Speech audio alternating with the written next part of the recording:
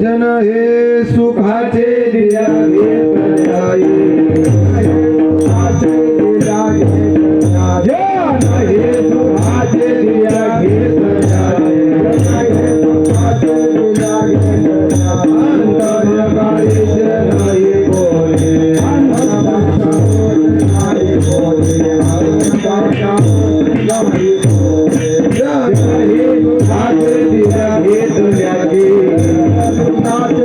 राचे जन हे सुखाचे दिया घेत राचे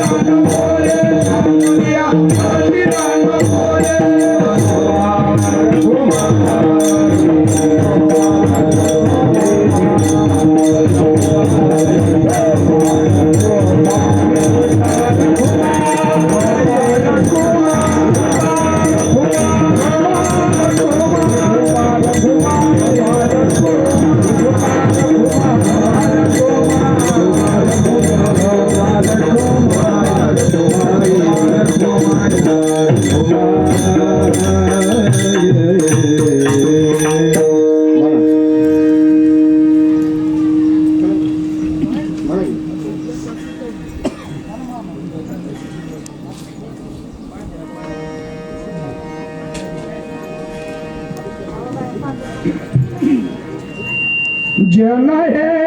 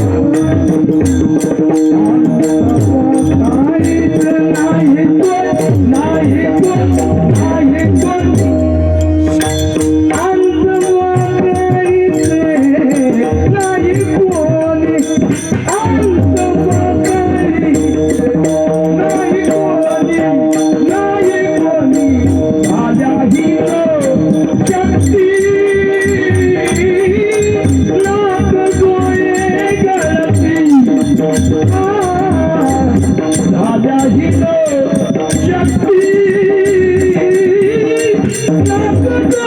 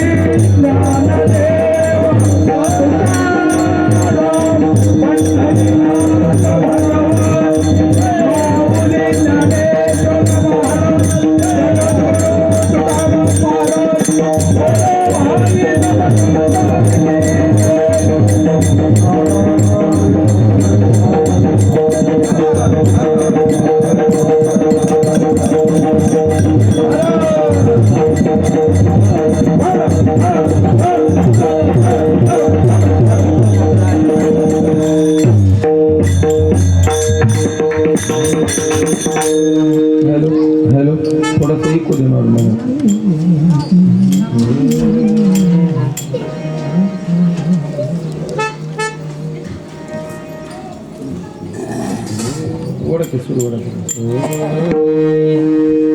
जन हे सुखाचे दिल्या घेतल्याचे, जन हे सुखाचे दिल्या घेतल्याचे, अंतकाळीचे नाही कोणी, झाल्या हीन शक्ती नाक डोळे गळती, सांडोनिया पळती रांडा पोरे, बाईल म्हणे खोर मरता तरी बरे, नासियले घर थुंकोनिया, झाल्या हीन शक्ती नाक डोळे गळती, सांडोनिया पळती रांडा पोरे, तुका म्हणे मज नवतील कोणी, तुका म्हणे मज नवतील कोणी, तुझ चक्र पाणी वाचूनिया, झाल्या हीन शक्ती नाक डोळे गळती, सांडोनिया पळती रांडा पोरे. प्रथम मन करू गणनाथा उमाशंकराची असुता, चरणावरी ठेवणी माता साष्टांगी आता दंडवत, दुसरी बंधू सारजाचे चतुराननाची आत्मजा, वा कशी दीपा विजय सहजा तिच्या चरण भोजा दंडवत, आता बंधू देव ब्राह्मण ज्याचे पुण्य पावन, प्रसन्न हो वने श्रोत्या जन तया माझे मन दंडवत, आता बंधू साधू सज्जन रात्रंदिवस हरीचे ध्यान, विठ्ठल नाम उच्चारती जन तया माझे मन दंडवत, आता नमो रंगभूमिका कीर्तनी उभी होती लोका, काळ मृदंग श्रुतिका तया माझी नमन दंडवदगा, ऐसे नमनी सकळा हरी कथा बोले बोबड्या बोला, अज्ञान म्हणून्या फुल्या बाळा, चालवी सकळा नामा म्हणे, समचरण सरोजम सांद्र नीलांबुदाभम, जगननीत पाणी मंडलम मंडलम, तरुण तुलसी माला कंदरम कंजनेत्रम, सदैवलहासं विठ्ठलं चिंतयामि, पांडुरंगा करो प्रथम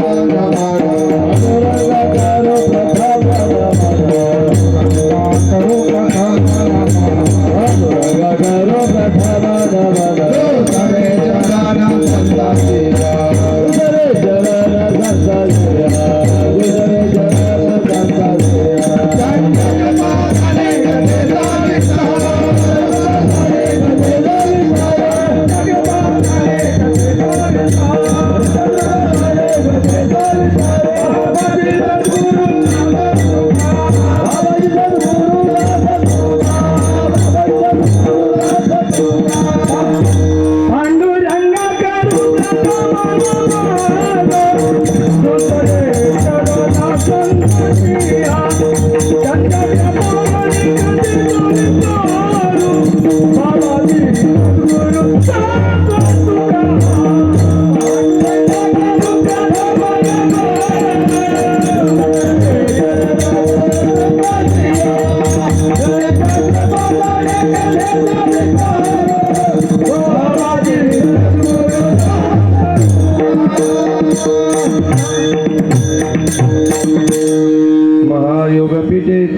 प्रेमरक्षा परम पुंडलिकाय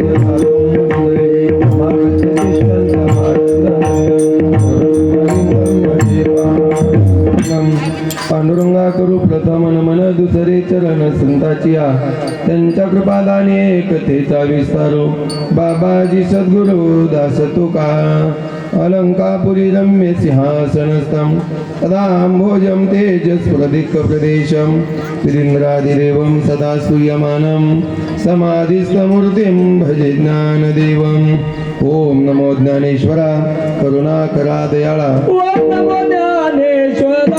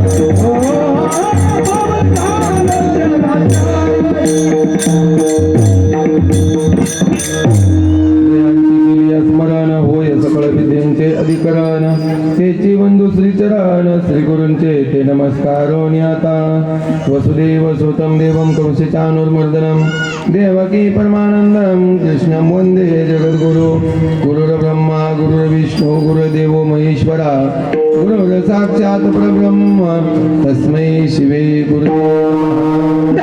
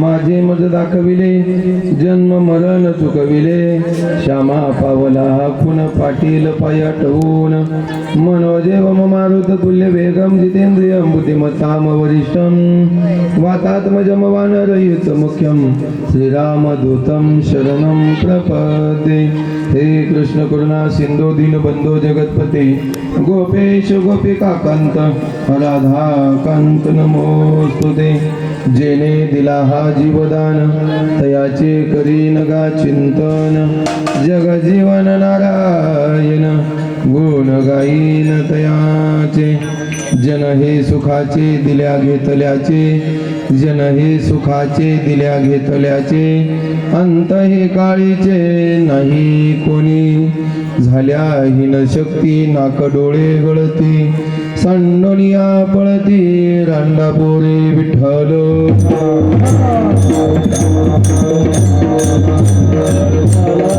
Hare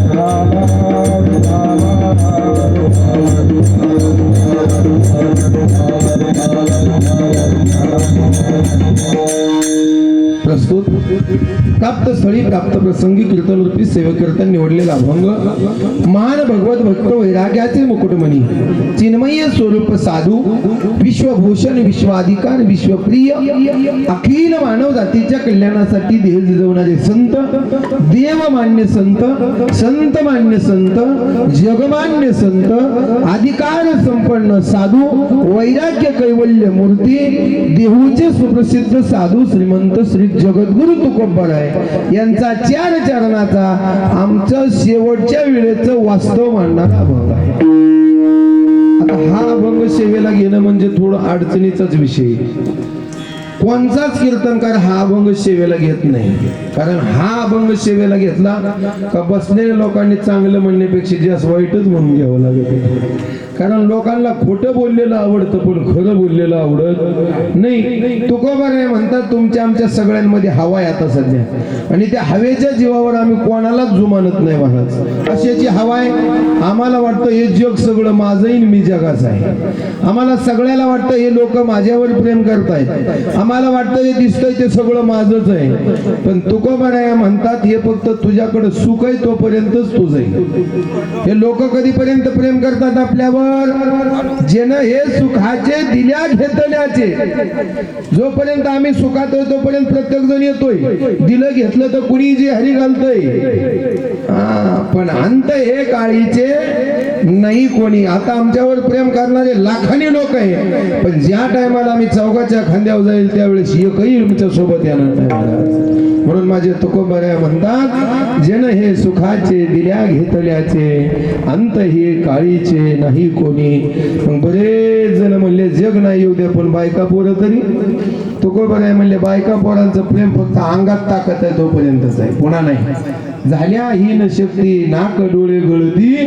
एकदा आमच्या डोळ्यातनं नाकातनं घाण व्हायला लागली ना, तुकोबाराय म्हणतात सत्य परिस्थिती ऐका. सांडोनिया पळती रांडा पोरे.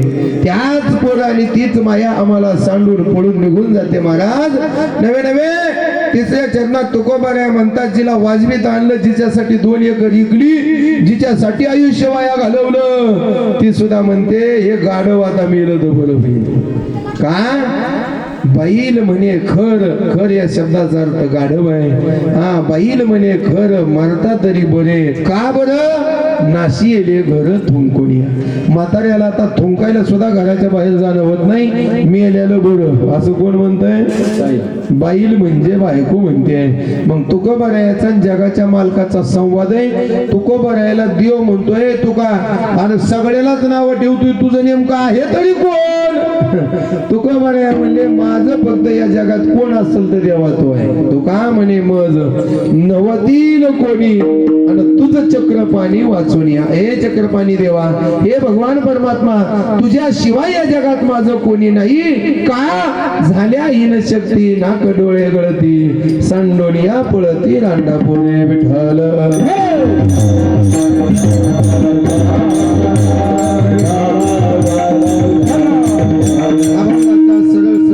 तुमच्या पुढे मांडलेलं आहे.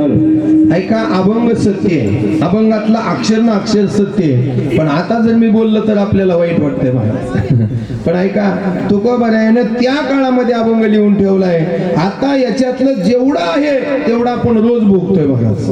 मला सांगा, आतापर्यंत कोणाही गाव घ्या किंवा महाराष्ट्र घ्या, जग घ्या, विश्व घ्या, कुठेही घ्या, माणूस मरायचं बंद आहे का? पण आजपर्यंत पेपरला एखादी तरी बातमी ऐकली का अमुक अमुक ठिकाणी एक जण गेला आणि त्याच्या संग त्याच्या गावातले 10 जण गेले? ऐकले का? त्याच्या गावातली नाही सोडा, त्याच्या घरातले 2-3 गेले असं ऐकले का? नाही महाराज, उलट लोक कडू घास काढत येऊन कामाला लागते. विठाला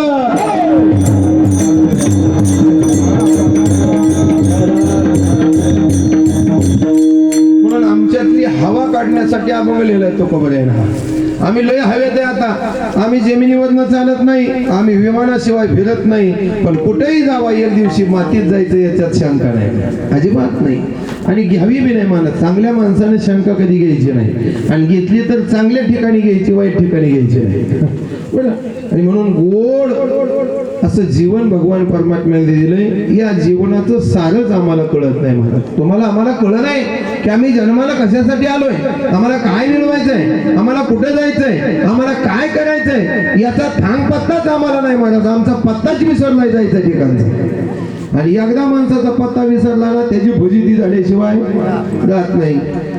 एसटी स्टँडवर किती तास बसला याला किंमत नाही, कोणत्या एसटीत बसायचं हे कळलं पाहिजे. विठ्ठल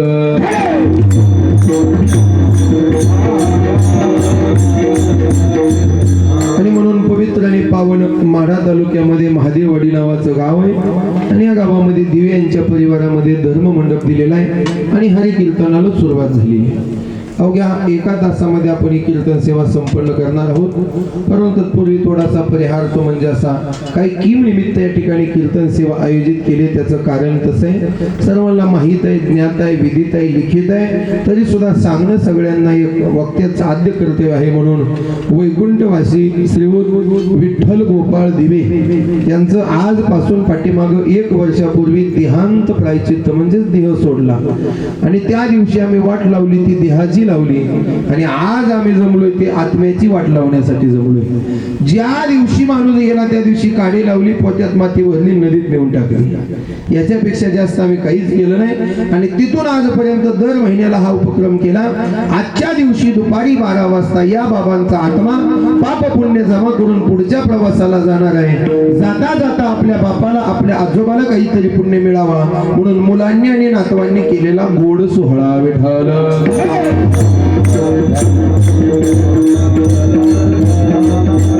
त्यांच्या जीवनामध्ये जीवन जगत असताना संसाराच्या वेलीवरती लागलेली गोमटी फळं, एकुलता एक मुलगा म्हणजे श्रीयुत हरिभक्तीपरायण अरुण विठ्ठल दिवे आणि त्यांच्या 2 असणाऱ्या मुली म्हणजे सौभाग्यवती नंदाबाई साधू कदम आणि सौभाग्यवती राजाबाई शंकर खैरे अशा असणाऱ्या 2 मुली आणि 1 मुलगा असा त्यांच्या पाठीमागे त्यांचा परिवार आहे. श्रीयुत सतीश अरुण दिवे आणि श्रीयुत अतुल अरुण दिवे असे 2 नातू असा असणारा गोड दिवे यांचा परिवार आहे.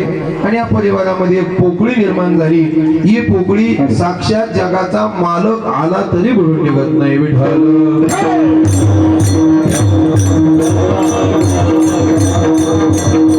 ज्या बापाने आमच्यासाठी आयुष्य घालवलं, ज्या बापाने आम्हाला अंगा खांद्यावरती खेळवलं, ज्या बापाने आम्हाला लहानाचं मोठं केलं, ज्या बापाने हे वैभव आमच्यासाठी कमवून ठेवलं, त्या बापाच्या ऋणातून उतराई होण्यासाठी केलेला प्रयत्न म्हणजे आजचा सोहळा. काहीतरी ज्ञानदान घडावं, काहीतरी अन्नदान घडावं, काहीतरी चांगलं कर्म आपल्या हातून घडावं आणि या सगळ्याचं पुण्य आपल्या बापाला लागावं एवढं एक उदार हेतू ठेवून अंतकरणामध्ये गोड प्रयोजन केलं. यथार्थ गरजेचं आवश्यक असं हे प्रयोजन म्हणजे आजचा वर्ष श्रद्धाचा सोहळा. विठ्ठल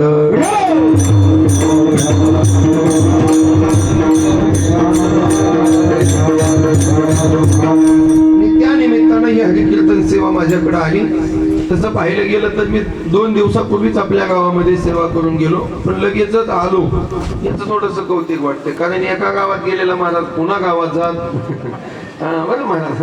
पण तुमचा माझ्यावरती प्रेमही मी एवढा मोठा नाही, परंतु माझे बंधू असणारे हरिभक्तीपरायण संभाजी नारायण दिवे आणि यांच्या प्रेमामुळं, तुमच्या सर्वांच्या आशीर्वादामुळं, भजनी मंडळाच्या सहकार्यामुळं मी इथं उभा आहे. विठ्ठल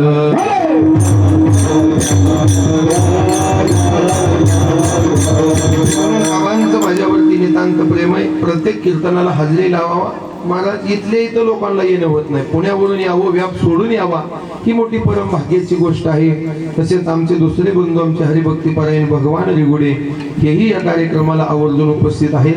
आमच्या सोबत आलेले गोड मृदंगाचार्य हरिभक्तीपरायण रघुराज महाराज वंशाचे 10वे वंशज आमचे हरिभक्तीपरायण गुंडा महाराज निंबाळकर, गोड असे आमचे पेटी मास्तर दिवे महाराज है ना, गोड असे आमचे गायनाचार्य हरिभक्तीपरायण अंगद नाना सांगवे, ज्यांचा वारकरी म्हणून अवश्य उल्लेख करावा. काकडा पाठ, हरिपाठ पाठ, वारकरी सांप्रदायिक भजन पाठ, वारी सगळ्या जेवणामध्ये आहे, त्याला वारकरी म्हणावं बरं म्हणा. आणि आमचे गोड असे एखादं तरी भावकीतलं लागत बरं का, उगाच सगळेच लोकांचे असल्या एखादं तरी लागतं साक्षीला बरं. आणि म्हणून आमचे हरिभक्तीपरायण अनिल महाराज जाधव, शुभम महाराज पवार, उभा राहिलेले सगळे टाळकरी मंडळी, आमचे दिवे महाराज, दोन्ही दिवे महाराज आणि जगदाळे महाराज, लिंगरे महाराज, जगदाळे विने घेऊन उभं राहिले. आता राहते मेमरी थोडं थोडं. मी आज गोळ्यात खाऊन आलोय, लक्षात राहायचं. गोड अशी साऊंड सिस्टीम आहे, गोड असा आमचा भैया शूटिंग करतोय महाराज. महाराज किती मोठं देखणं असावं वैभव, पण माणसाला त्याचं कौतिक असावं बरं. तेव्हा माणसाच्या अंतकरणातलं प्रेम आहे उचंबळून येतं आणि मग भगवान परमात्मा आपल्याला प्राप्त होतो. बसलेले श्रोते सज्जन मायबाप, एका आजोबा म्हणजे नातवाच्या जीवनातला पहिला मित्र असतो आणि आजोबाच्या जीवनातला नातू म्हणजे शेवटचा मित्र असतो. असे दोन नातू आपल्या आजोबांच्या पुण्यतिथी वर्ष श्राद्धाच्या निमित्ताने या ठिकाणी आहेत. आमच्या समोर बसलेले प्रभाकर तळेकर मामाही या ठिकाणी आहेत. सगळेच पै पाहुणे आहेत. इथं बसलेले स्वयंपाक करणारे, बटाटे चिरणारे, कढीपत्ता निवडणारे, बरं का, सगळ्यांच्याच पायावरती नतमस्तक होतो आणि सेवेला सुरुवात करतो.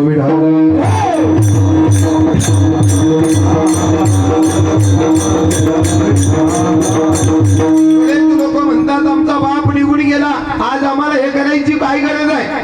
अरे ऐका, एक दिवसातल्या नुसत्या सोन्याच्या तंबाखूच्या पुडीचा खर्च काढला तरी आमच्या बापाचं श्राद्ध होत. हा, पण बरेच लोक म्हणतात बाप गेला ना त्या दिवशी आमच्या जीवनातलं सर्वस्व संपलं, काय हे करण्याची गरज आहे?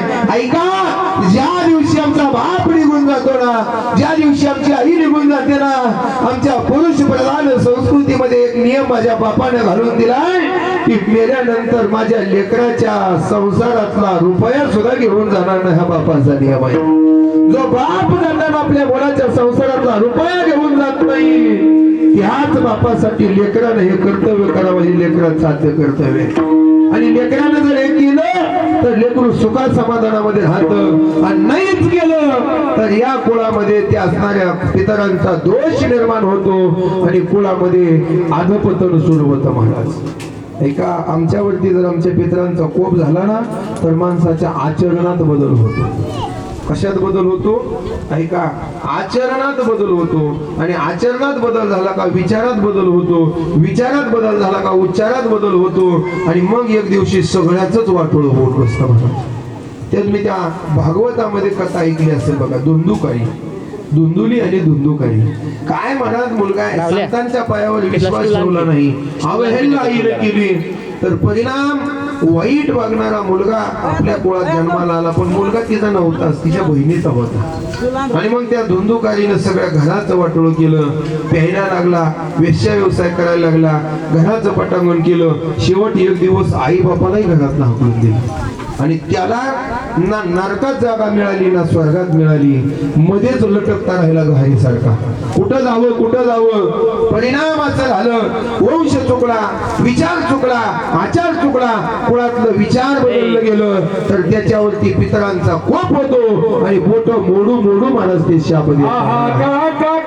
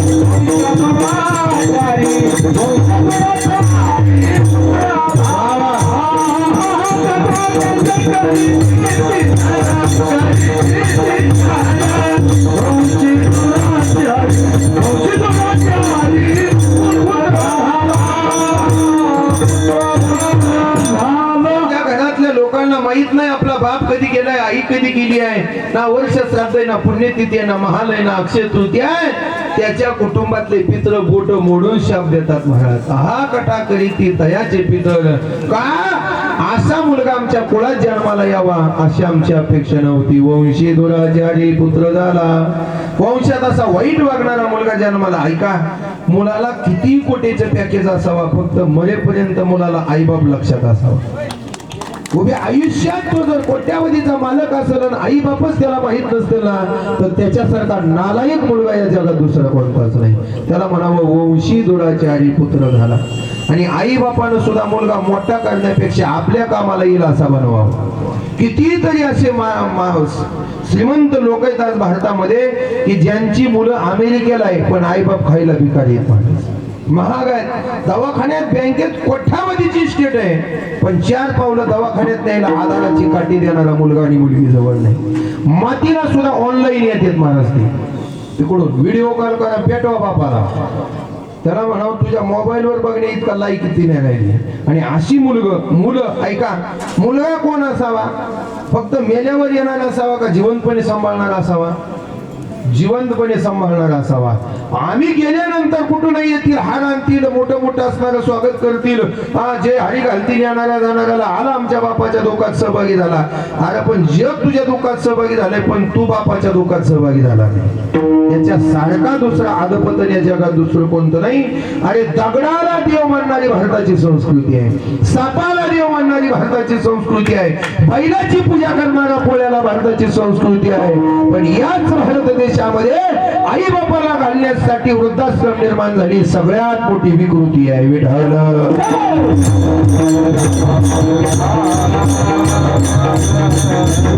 आणि म्हणून हे जर नाहीच केलं तर 5-7 पिढ्यावर बंगल्यावर बंगलं, गाडी, माडी, साडी, नोटा जाते पण 7व्या पिढीत घरात खायला वंश शिल्लक राहत नाही. म्हणा मी सांगत नाही, साक्षात जगाच्या मालकानं अर्जुनाला सांगितलंय, संकरो नरका ये व कुलग्लानान कुलश पतंती पितरो हेशा लुप्त पिंडोदक क्रिया. ज्या घरातल्या पिंडदानाच्या क्रिया लुप्त झाल्या, ज्याच्या गेल्यानंतर माती होत नाही, तिसरा होत नाही, 14वा होत नाही, मासिक होत नाही, वर्ष श्राद्ध होत नाही, त्याच्या कुटुंबामध्ये 7व्या पिढीला वंश खायला शिल्लक राहत नाही. मग त्याच्यावर सरकारची जप्ती येते महाराज. हे सगळं कशामुळे आहे तर हे आपल्या पितरांचं कर्म न केल्यामुळं. म्हणून माझे तुकोबराया आधीकडून संत सांगतात, आम्ही आमच्या बापाचं पिंडदान केलं त्याच दिवशी आम्ही आई बापाच्या ऋणातून उतरही झालो महाराज. माझ्या भगवान प्रभू रामचंद्रानं राजा दशरथासाठी पंचवटीला पिंडदान दिलं आणि त्या दिवशी सांगितलं आता माझे झाले. काय झालं तर फिटले पितरांचे ऋण. हा आई बापासाठी मुलांना आपला देह जिजवावा याच्यापेक्षा मोठं कल्याण नाही. विठ्ठल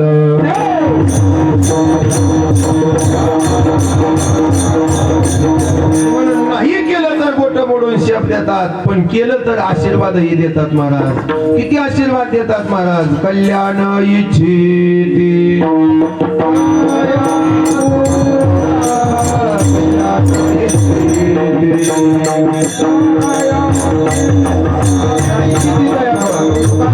आशीर्वाद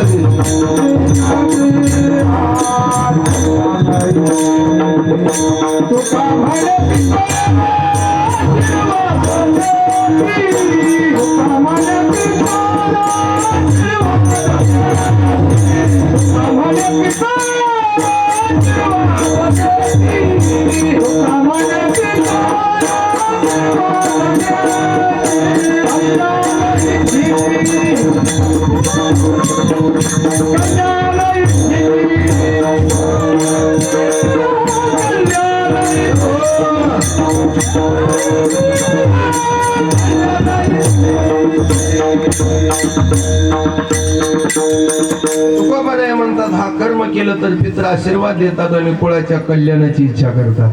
बरेच लोक म्हणतात पैसा मोरीनं येतोय, बोगद्यानं येतोय, पण घरामध्ये टिकतच नाही महाराज. याचं एकच कारण आहे, आमच्या काळावरती पितरांचा कोप झालाय आणि आमच्या शरीरात असणाऱ्या रक्ताची देवता पितर आहे आणि पितरांचा कोप झाला का माणसाच्या रक्तात बदल होतो. ऐका, बियाण्यात बदल झाल्यावर ते कणीस खायला मजा येत नाही. जुन्या काळाचं कणीस आणि आताचं कणीस खावा तुम्ही मगच. आताच चांगलं लागत नाही, पानचट लागत का, त्याच्या जातीत संकर झाला. तशा जुन्या काळामध्ये माय लेकराचं पटत होतं, टायमाला पाऊस पडत होता, योग्य दिशेनं चालत होतं. गावामध्ये चहाडी करणारे, चांडाळी करणारे, वाईट वागणारे लोक नव्हते, म्हणून गावही सुखात असायचं आणि माणसंही सुखात असायचं. आता सगळ्यांकडे भरपूर आहे पण कुणी सुखात नाही. याचं कारण आहे वागण्यात संकर झालाय विठ्ठल.